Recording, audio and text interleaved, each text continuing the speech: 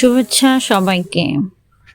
আসলে অনেক দিন ধরে আমি চেষ্টা করছি একটা পেজ বা একটা ইউটিউব চ্যানেল ডেভেলপ করার, কিন্তু যে কোনো কারণেই হোক আমার যে কোনো কারণে না সঠিক উপায় অবলম্বন করতে পারছি না। প্লাস আমার মধ্যে আগ্রহ যতটা বেশি ততটা উদ্যম চেষ্টা এগুলোর অনেক কমতি। তো সুতরাং এটা সম্ভব না। তো যা হোক, আমি আসলে বলতে চাচ্ছি যে বাংলাদেশে অর্থাৎ বঙ্গদেশে চারিদিকে সার্কাস। হ্যাঁ, এই দেশের শিক্ষক সমাজদের নিয়ে আমি কিছু বলি। আমাদের টিচারদের মধ্যে একজন টিচার হচ্ছে যে খুবই ফালতু, আমি বলছি না, বাট আমি ফালতুই বলতে চাচ্ছিলাম আসলে। তো উনি হচ্ছে কি যে জুলাই আন্দোলনে একটা জঘন্য ভূমিকা পালন করেছে, আবার মানে চুপচাপ ছিল আর কি, ধরেই নিলাম এরকম কিছু। তো ইনি মনে করে তো এইরকম বাকবিতণ্ডা কোনো কারণেই হোক, তখন একটা লিগাল মানে ডিপার্টমেন্টের যে প্রসিডিওর থাকে ওই রকম প্রসিডিওর অনুসরণ করেই তার বিরুদ্ধে একটা অ্যাকশন আনা হয়েছিল। তারপরে তিনি স্বাভাবিকভাবে খুব রেগেছিলেন, এখনও তিনি রেগে আছেন। তো তাদের মধ্যে একজনের উপর তার একটা ক্ষোভ আছে। তো উনি এরকমভাবে যা হোক কিছু একটা বলেছে অপমানসূচক কথা সবার সামনে। তো ওনাকে যখন ওরা ধরেছে, উনি আসলে কমপ্লিটলি নিজের ভুলটা স্বীকার করছেন না। তিনি মনে করেন অলওয়েজ রাইট, কিন্তু তাদের মধ্যে একটা সেন্সিবল টিচার আছে যার গ্রহণযোগ্যতা অনেক বেশি।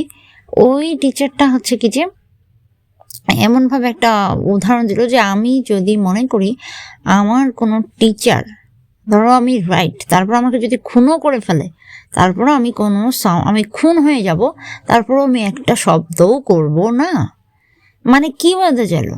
তার মানে তিনি বোঝাতে চাইলো, এবং এটাও তিনি বললেন যে যখন আমি খুন হয়ে যাব, আমি তখন যেহেতু কোনো কথা ব্যবহার করছি না, আমি কোনো কিছু বলছি না, অর্থাৎ আমি নিজেকে খুন হতে দিচ্ছি, তার মানে দোষটা কার গায়ে গিয়ে বর্তাবে? তো আজব থিং ইয়ার, মানে আমি কেন নিজেকে দোষী করে মানে খুন করে ফেলবো? মানে আমি দোষী নাই এটা প্রমাণ করতে আমাকে খুন হতে হবে? আজব না?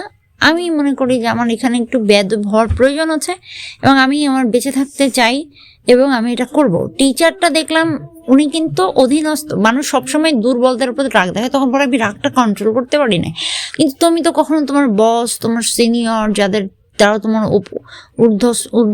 ঊর্ধ্বে আসছে, বা যারা আপনাদের হচ্ছে কি যে আপনি সবাইকে বলছি অ্যাকচুয়ালি, তো যারা আমাদের ওপরের সারিতে থাকে তাদের সাথে তো আমরা রাগ দেখাই না, সেখানে তো আমরা সচেতন থাকি, সুতরাং আমরা রাগ সংবরণ করতে পারি। তো তার মানে চাইলেই রাগ সংবরণ করা যায়, আমরা সেটা করি না, কারণ আমরা হচ্ছে ভণ্ড। ঠিক আছে।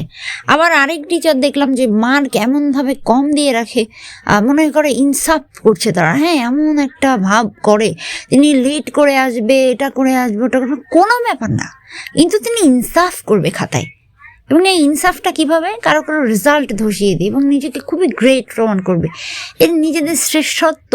মানে আরেকটা বিষয়, ইউনিভার্সিটিকে জ্ঞান চর্চার কেন্দ্র ভাবা হয়, অথচ এটা কিছুই না। ওরা শুধু আমাদের বলে যে তোমরা চোথা পড়ো, নোট পড়ো, গত বছরের বা সামনে বড় ভাইদের ছোট মানে পূর্বের বছরের, এইগুলো হচ্ছে ফালতু ব্যাপার। আমার ক্লাসে এগুলো করতে পারবো না, তোমাদের জীবনে উন্নতি হবে না, তোমরা বিসিএস করো, এটা করো, ওটা করো। কিন্তু এরা কত রকমের কূপমণ্ডুক এবং সংকীর্ণ মনের অধিকারী। যখন আমরা দেখি যে এরা বলে, প্রতিটা টিচারদেরই প্রায় একই বক্তব্য থাকে, যে আসলে হচ্ছে কি যে আমি যা বলেছি তা আমার খাতা, আমার বলা বই, আমার বলা নোটস, আমি যেভাবে পড়েছি এরকম খাতায় যদি এই সব প্রতিফলন যদি খাতায় না থাকে, তাহলে কিন্তু আমি মার্কস দেব না। What a bullshit. ইয়েস, এরকম বুলশিট দিয়েই আমাদের প্রাচ্যের অক্সফোর্ড সহ সারা বাংলাদেশের যত বিশ্ববিদ্যালয় আছে, ব্র্যাক নর্থ সাউথের খবর আমি জানি না, আমি আশা করছি সেগুলো ভালো, বাট পাবলিক ইউনিভার্সিটিগুলো এগুলোর কারখানা। এত লেম, আমি মানে অবাক না, অ্যাকচুয়ালি এগুলো জানি, ইউনিভার্সিটিতে না আসলে এটা বুঝতাম না। স্পেশালি প্রাচ্যের অক্সফোর্ড, মানে কি বলবো, মানে খুবই স্ল্যাং ইউজ করতে ইচ্ছা করছে, বাট সংবরণ করলাম। আমি এক্ষেত্রে একটু ভণ্ড হবার চেষ্টা করলাম। ওকে, গুড বাই।